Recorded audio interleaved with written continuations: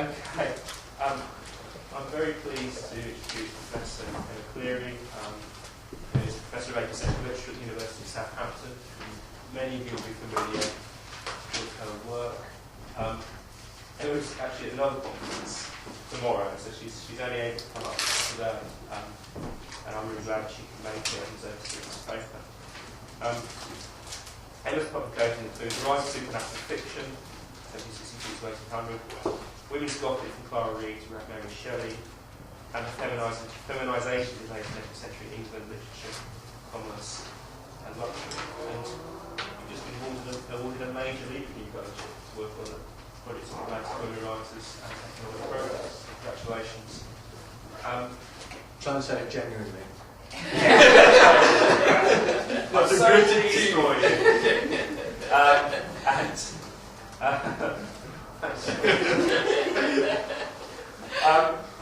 We're talking today on Creativity Trumps Dissent, Liverpool Literary Culture in Wartime. Yes, thank you so much for fitting me in. I'm sorry this isn't sort of really within the group ethos of the day, but there is a genuine sort of puzzle or a problem that I really would like to put to you to sort of try and work on jointly. But the earlier part of the paper will be very familiar to some, and indeed Scott has anticipated me on some of the main points. So if I've been a bit more quick-witted, I would have been able to cancel a few paragraphs, but I consider it a supplement and a joint work in progress. So I'm going to begin with the Barbel-Roscoe connection. I began working on the economic references in Barbel's 1811 a while ago. And one of the features of the poem and its reception I found most interesting was this Roscoe connection. This has been noted by Barbel's editors and one or two critics, and I think there's increasing interest in it. I think these things are sort of in the offing, and we'll see what emerges. The first wave of feminist scholarship on romantic women writers in the 1990s worked almost exclusively in the context of a distinct female tradition, constrained by a model of the division between private and public spheres that made any engagement by a woman writer in public issues and any collaboration or transfer of influence with men appear remarkable and anomalous. Barbel has posed a problem in this respect. The new focus on mixed-sex sociability and on intellectual communities such as that of the dissenters is a major step forward for understanding a publicly active woman writer like Barbel.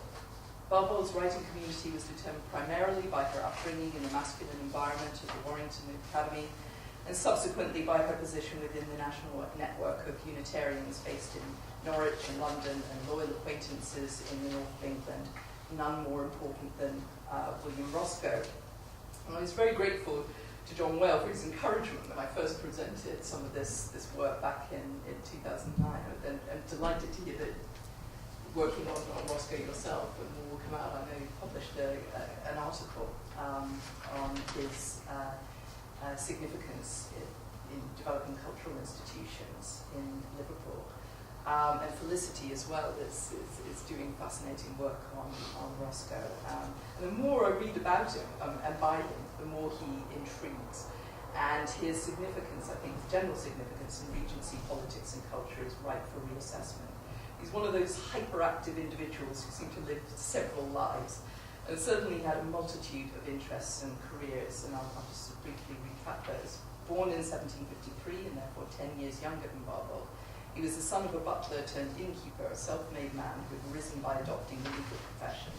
He left school at the age of 12 and educated himself in literature and the classics with the help of mentors, including William Enfield, who became rector of Warrington Dissenters Academy in 1770. Roscoe attended open meetings there and became friendly with the Aiken family, and especially Barbel's brother, the young John Aiken. He was rooted in Liverpool, but connected with members of London radical circles such as Henry Fuseli and Mary Wollstonecraft. He became active in political causes, notably abolition at this time. In 1796, he published A Life of Lorenzo de' Medici, the fruit of 10 years' labour on top of his paid work as an attorney, and won international acclaim. He retired from legal practice, bought Allerton Hall, a house where his father had worked as a servant, and divided his time between historical study and publication, art and book collecting, philanthropy, banking, agrarian improvement, and increasingly politics. In 1806, he was elected as an independent MP for Liverpool and argued against the slave trade and for peace with France and parliamentary reform. The bill to abolish the slave trade was passed the next year, but violent protests against him by local slave traders ended his brief career in the Commons. He remained active as a pamphleteer, making the case on behalf of the merchants and manufacturers of the Northwest, stricken by the trade blockades. This was my particular interest.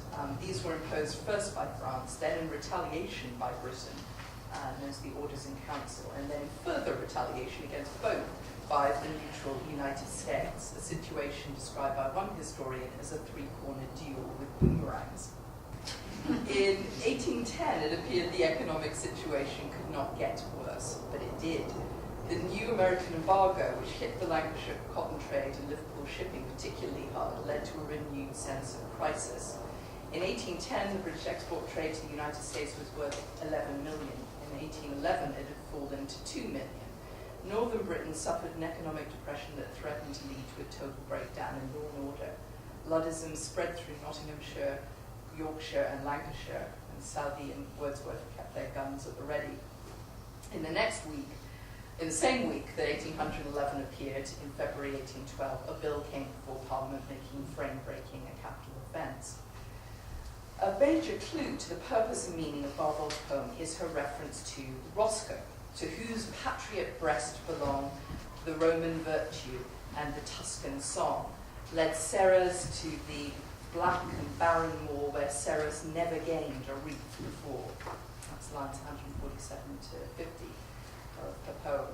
After Britain's inevitable decline and ruin, consequent on the war, future American travellers will, Barbault claims, beat a path to Roscoe's door to study his innovations in land drainage. Barbault's note to these lines refers only to Roscoe as a distinguished scholar of the Italian Renaissance and as an agriculturalist. The historian of the age of Leo has brought into cultivation the extensive tract of Chat Moss. All very innocent, and modern commentators haven't had a great deal to say further about that. But the smoking gun is that enraged reaction from John Wilson Croker in the Quarterly Review. I think in that passage that you showed, Scott, there's a sort of interesting ambivalence, isn't there? Because Croker would like to neutralise Barbault's intervention by representing her as an isolated figure. She descends initially, Dea ex machina, a goddess outside the machine of political debate and action. But he cannot sustain this fiction even into the next sentence, where she appears instead, as you showed, sallying forth to battle hand in hand with her renowned compatriot. She isn't then, after all, a solitary, crazed Cassandra. She has allies. She speaks from a shared point of view, inspired by an alternative vision of patriotism. Her renowned compatriot is William Roscoe, and Croker indicates this with his own footnote, as you've seen, see Article 2, indicated by the asterisk after compatriot. Article 2 is a review of, it says in the review of Barbault, pamphlets by William Roscoe, in fact one specific pamphlet on parliamentary reform. Croker plainly shows us that the link with Roscoe is understood to be a crucial feature of the poem. It also draws attention to the politicised nature of Barbault's pantheon of British worthies in the poem, those names handed down to posterity. In every part of it, there are coded points to be scored against government loyalists, and nowhere more so than in the celebration of William Roscoe. This name is like a red rag to a bull for Croker. In other words, he writes, the tourists will head for Mr. Roscoe's farm in Derbyshire. Oh, the unequal dispensations of this poetical providence. Chatham and Nelson, empty names. Oxford and Cambridge in ruins. London a desert and the Thames a sedgy brook. While Mr. Roscoe's barns and piggeries are in excellent repair, and objects not only of curiosity, but even of reverence and enthusiasm. Why this level of indignation? Roscoe's patriot breast is, like Barbault's, local, founded on regional attachment to the seaport of Liverpool and the manufacturing town of Manchester, dissenting, anti-war, and opposed to the Tory ministry. Maria Edgeworth, visiting Allerton around this time, was shocked to find the whole Roscoe family spoke with broad Lancashire accents. Croker was very conscious of the relationship of the poem to Roscoe's more conventional mode of campaigning. This issue of the Quarterly Review was clearly engineered to illustrate the point. Article 2 is a 16-page demolition job on a 16-page pamphlet by Roscoe about parliamentary reform, which was actually published the previous year, so there was really no reason to have a review of it otherwise. The style of the review of Roscoe's pamphlet makes it apparent that this is a two-pronged attack. Ward, the reviewer of the pamphlet, uses identical strategies in belittling Roscoe to those employed by Croker on Barbel's poem. Just as she is mocked as a talentless children's writer of some utility, he is belittled as a minor scholar of Renaissance literature and author of a juvenile bestseller, The Butterfly's Ball. In both cases, the rhetoric is gendered, a ploy to conceal the essentially political nature of the attack. A negative construction of the feminine forms part of Croker's weaponry, and effeminacy is used as a smear by Ward against Roscoe. The smear is applied then to female and male opponents alike. So this identikit pair of reviews on Roscoe and Barbel has the reciprocal effect of making visible the nature of the pamphlet in prose and the pamphlet in verse as themselves part of the concerted attack, using an assault by the Liverpool Warrington intellectual community on government policy. The vicious tone found in both reviews is evidence of the desperation of the cause, I would argue. When my story about 1811 is completed, I hope to have shown that Croker's injunction to Barbel to desist from satire is less of a threat than a whimper.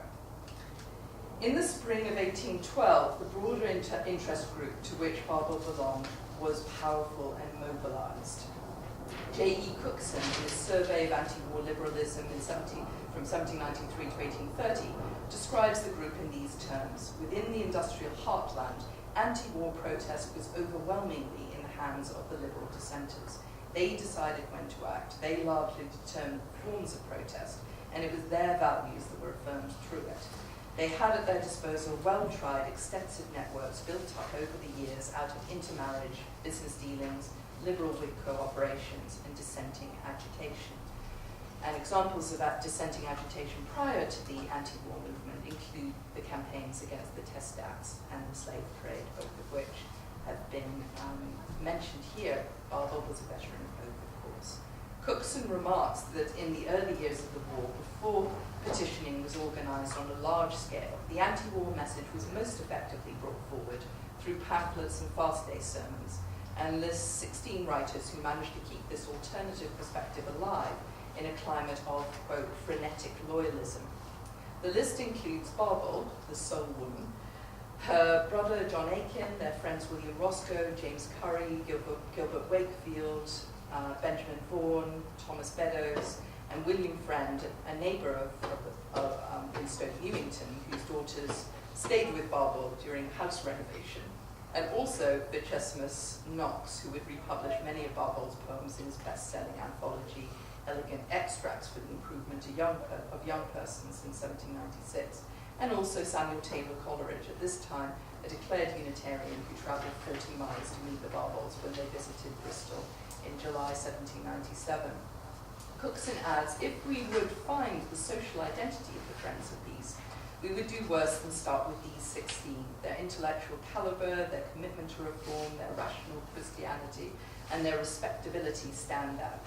Over half of them published anonymously in 1792-5, some evidence of their determination to make a resistance in spite of the dangers, and he emphasises that. Barbel then belonged to a close-knit, socially unified grouping opposed to war with France. Moreover, she was at its hub. From the time her brother John settled in London in 1792, he not only played a key role in metropolitan opposition circles, but also drew together a wide network of provincial contacts, with particularly strong Norfolk, Liverpool, and Manchester connections. He edited the monthly magazine from 1796 to 1806, a journal that should be considered, says Cookson, one of the great triumphs of the Liberals in these years. Cookson describes Aiken's career as a useful illustration of the resistance and enterprise of the liberal press through the war period. If you look at the original quarto volume of 1811, the plainness of the presentation is striking. No paratext apart from one thing, an appended advertisement of every publication to date by a member of the Aiken clan, Barbauld herself, her brother, her nephew Arthur, and her niece Lucy. This was how she conceived of her patriotism, and this was how she staged the public intervention.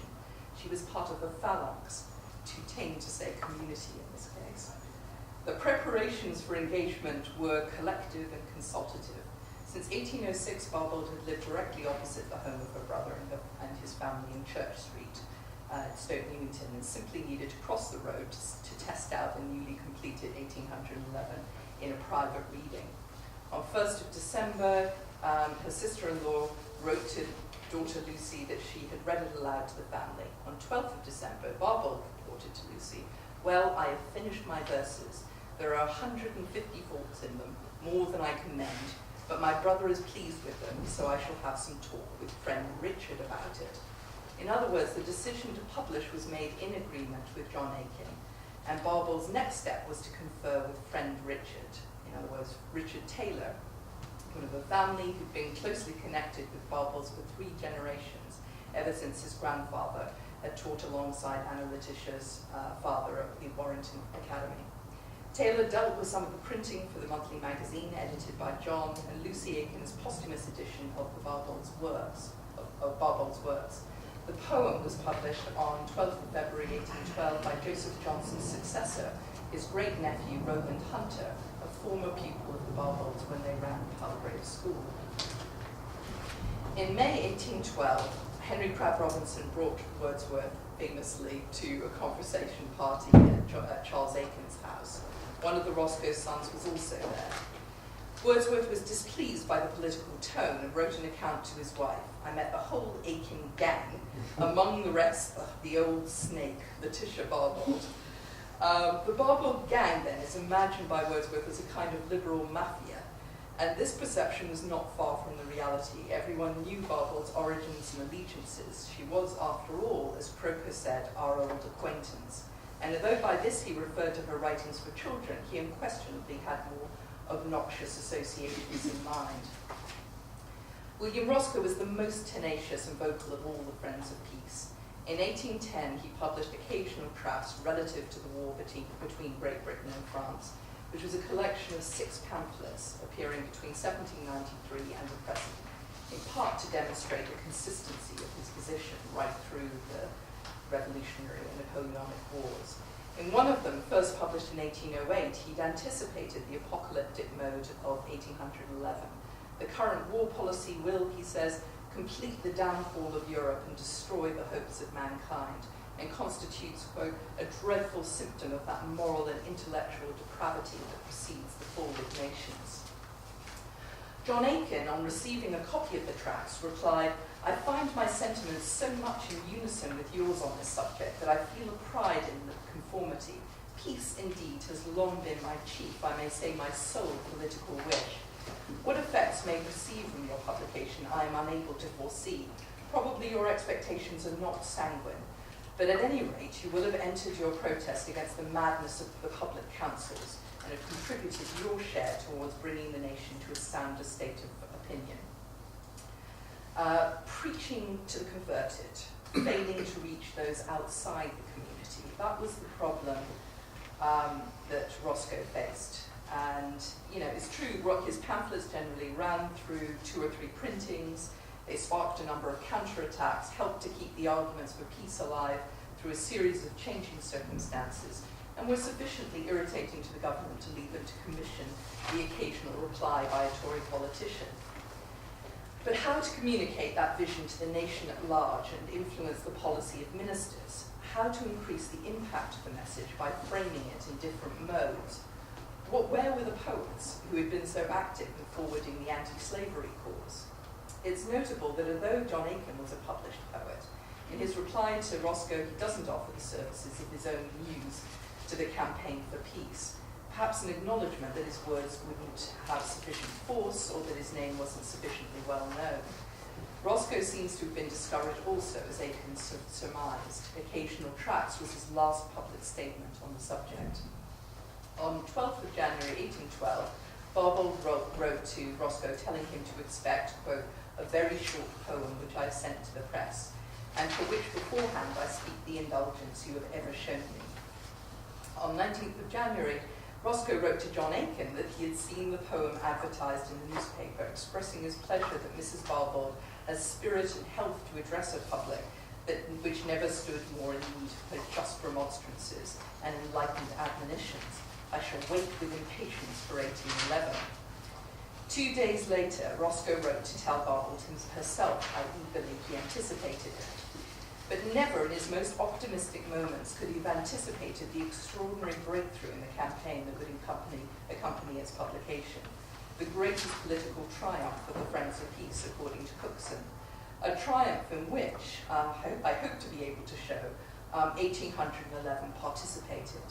The repeal in June 1812 of the British trade blockades, the Orders in Council, a U-turn by the government, and a personal humiliation for John Wilson Croker, the Secretary of the Admiralty and one of the most vocal defenders of the Orders in Council. Of all the recorded responses to 1811 by contemporaries, Roscoe's is the most alert to the aims and methods of the poem. In March 1812, before the victory over the repeal of the Orders in Council, he wrote to congratulate her. I really fear it is but too prophetic of the doom which awaits this infatuated country. If anything could rouse the people from their lethargy, it must be remonstrances like this, addressed to their feelings and their fears. For as to all appeals to their reason and judgment, they are entirely disregarded, will seem rather only to harden them more in their iniquities. Wordsworth in the Convention of Sintra marks out the imagination as the true arena of the battle against Napoleon. Barbauld acts on a similar perception of the political efficacy of the imagination in the battle against the British government itself. Now, moving on, in the case of 1811, we can see creativity working in conjunction with a politicized intellectual community. But in another case, which I'll talk about very briefly, the same community's support for creativity seems to contradict its declared political position. I'm not sure I called this exception a provocation. I think you invited provocation, but it's certainly a puzzle, and as I say, one I'd like to put to you. Felicia Brown, better known by her married name, Hemmons, was one of 7 children of a Liverpool merchant who in 1800 had fallen on hard times and moved his family to live in rural seclusion in Wales. Her parents decided that her poems should be published to help fund her education, her early poems that is, and called on cultural leaders of Liverpool for assistance. Among these poems were innocent pastiches of addresses to spring and so on, clear apprenticeship pieces, but also some more topical pieces indicating Brown's passionate support for the war in which 2 of her brothers were serving. The work was prepared and the subscription was raised with the encouragement and practical aid of Matthew Nicholson, 1746 to 1819, so almost exact contemporary of Barbauld's, who made his fortune as a cotton merchant in Manchester before retiring to a pleasant suburb of Liverpool at the age of 43 and devoting himself to leisure pursuits. He was a former pupil of the Warrington Academy and had been taught by Joseph Priestley and Barbauld's father, John Aiken. Anna Letitia had created a silhouette portrait of him at that time and also knew his sister Dorothy and her husband, the Unitarian minister Nicholas Clayton. 11 of Barbauld's manuscript poems have been recovered from the Nicholson family papers, so quite a significant amount of her output. In the preface to Brown's poems, which Nicholson drafted, Mrs. Barbauld was to have been mentioned as the primary influence on the young author.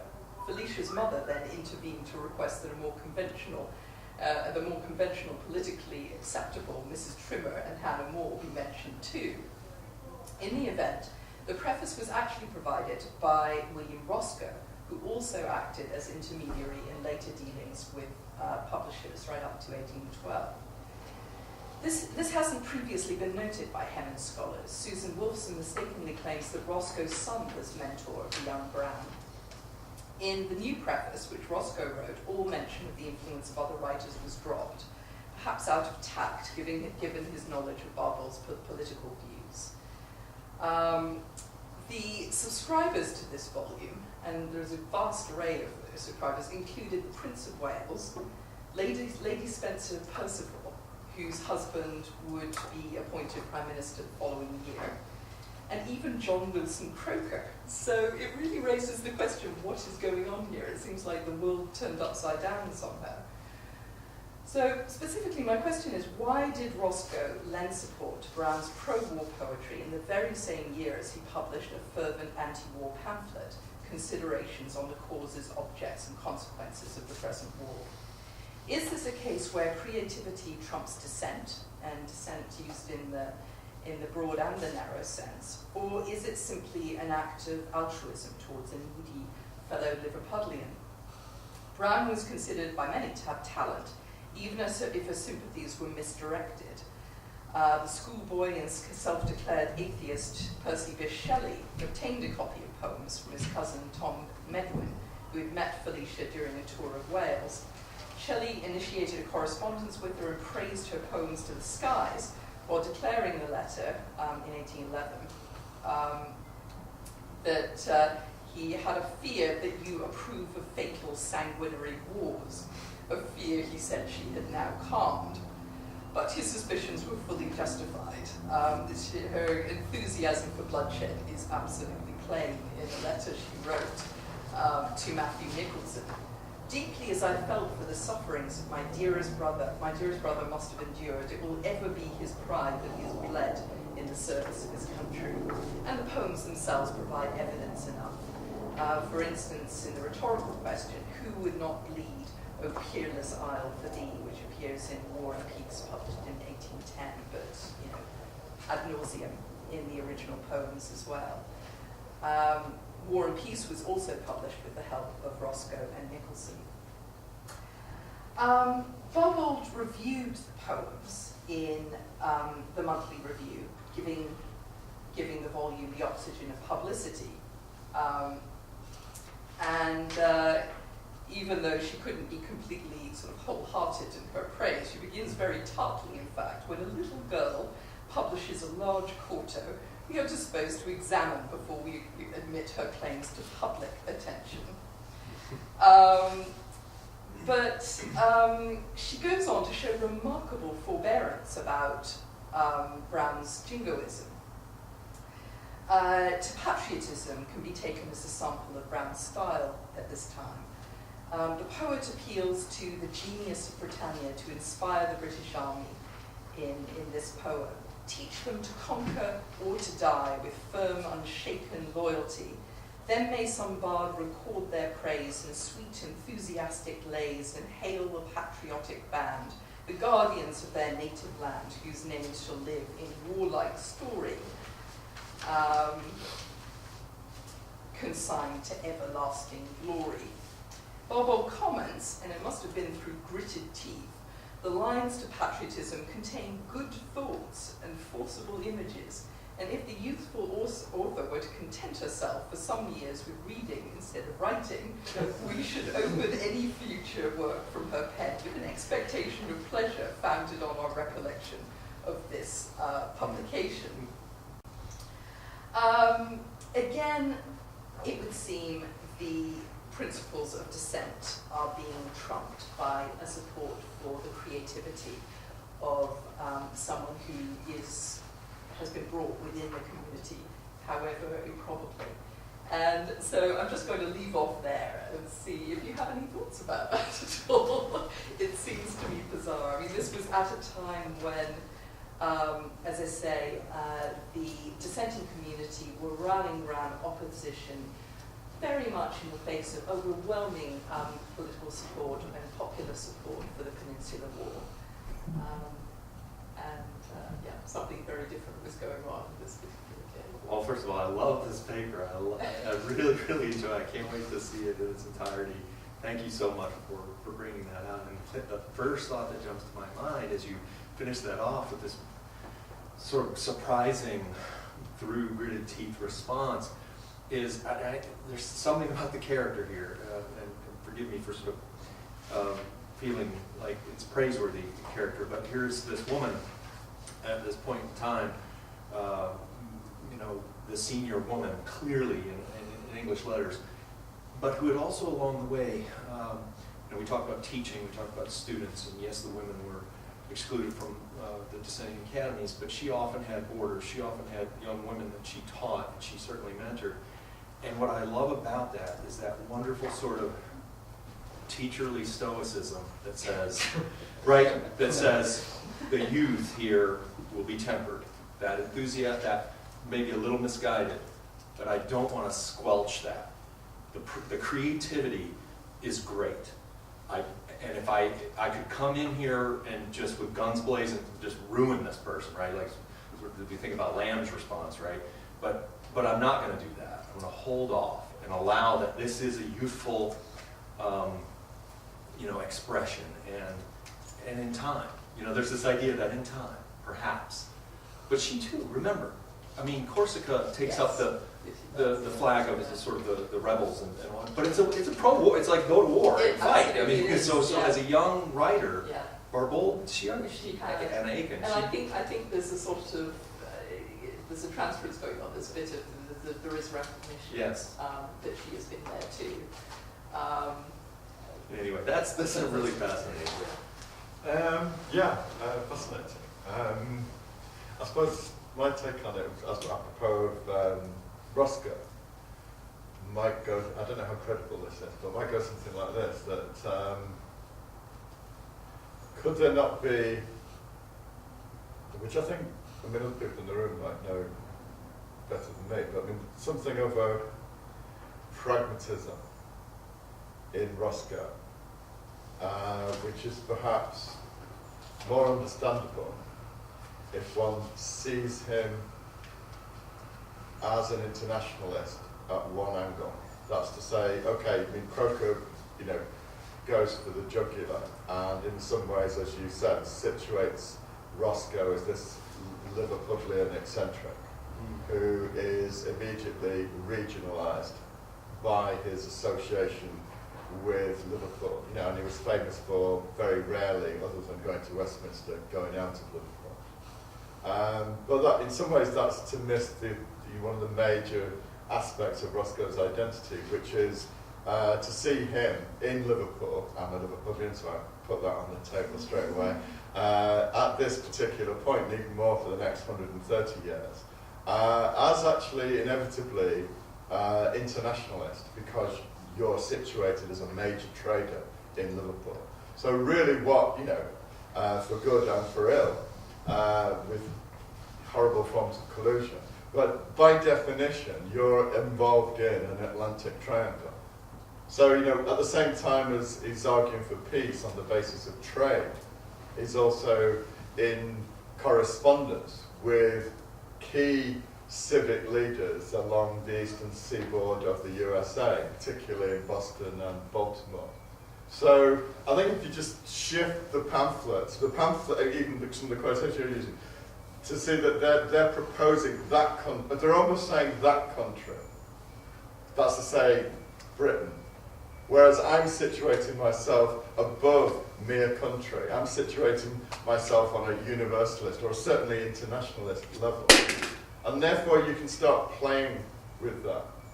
So that when that comes into conflict with patriotism, which can be seriously threatening if you go against it, you can accommodate yourself to, I'm not going to go so far as to be anti-patriotic. The other thing that I've spent some time looking at is Roscoe's lead in the Nelson War Memorial in Liverpool, which is, you can visit and exchange flags today. It's only recently being renovated. So he was a lead player in the construction of that war memorial, which was typical of Liverpool throughout the 19th century, to rival London. They had a Nelson Memorial before Trafalgar Square had one. And in some ways that might be seen as equally fraught. I don't know. I'm just interested that someone like Roscoe was capable of being flexible around patriotism. You could say that's true you of know. Barbara too in Yeah. 1811, that she extols Nelson and John Moore, but Yeah. very deliberately Yeah. doesn't mention Wellington, and Yeah. that's Yeah, picked yeah, up yeah. on Yeah. by the Tory press. Isn't there a general, I mean, this is very simple, but because the different historical frames which people are capable of thinking in, and isn't there one which I don't think explains your wonderful sense of how strange this is away, but I think there is a sense that among liberal dissenters, women's learning was a good thing, regardless of its content. There's some of that going on as well, whatever the... So that, for instance, in the, I've already mentioned it, with the Manchester Lit Film, the first one with Transactions, has this page about, you know, the familiar, the sign of enlightenment, the sign that there is a coming day, is the fact that women are involved in the literary sphere. And the list does start with Barbauld, but it does have people like Montague in, who you know that people in the Manchester Lit Film would hate, so that they... I mean, I don't think It that... could be seen as horribly patronising, though. You know, Well, I think that's true. It's hearing that they say something. You know, it doesn't matter what they say. But that's part of those ambivalences we were talking about, because they say that, and as far as we've been able to find, no women ever went to any of the meetings. So that would also explain it. I think there is probably an element of patronising that, you know, she's being encouraged as a swallow in the summer, quite what song she sings. You know, and I think that there is a sort of liberal progressivism here that's not... A lot of that sponsorship of women in those spheres can seem patronising. That's why I think Barbauld is extraordinary and extraordinarily tough, and she fought way out. So I think there may be some of that. It may be patronising, you're right, I think, that because that is the contribution of Manchester Lit Film. So women's learning is good. Why aren't there any of them here? You know, but I mean that would only be on one quite large. Also extremely young, of course. Yeah, except that would. I mean, these poems were produced between sort of the age of 14 and 18. That would make it even easier to be patronising, but not justify it. Yes. Any more questions or comments, really? Are you staying around for a little while? Oh yes, I'll be here for us today. Yeah, absolutely. So it'd be lovely to talk further about it with you. I mean, it has to be said that Nicholson did try to kind of steer her away from the war, and in the end, the final work of Under the Name of Brown, it was composed of occasional poems which she'd sent him from time to time, and he published it under the title Domestic Affections. So there was England and Spain, War and Peace, but War and Peace is actually in that volume, Domestic Affections, buried there, under a more feminine title. So they were doing their best to kind of shape her as a different kind of poet. But nonetheless, it does seem rather extraordinary that they should have underwritten this work at such a moment. Sorry, Hello. maybe we'll carry this on. We'll do this informally afterwards. Can we just, I think that paper, with incredible precision, managed to touch on a range of the sort of key questions and issues that many of us are interested in. So thanks very much for that.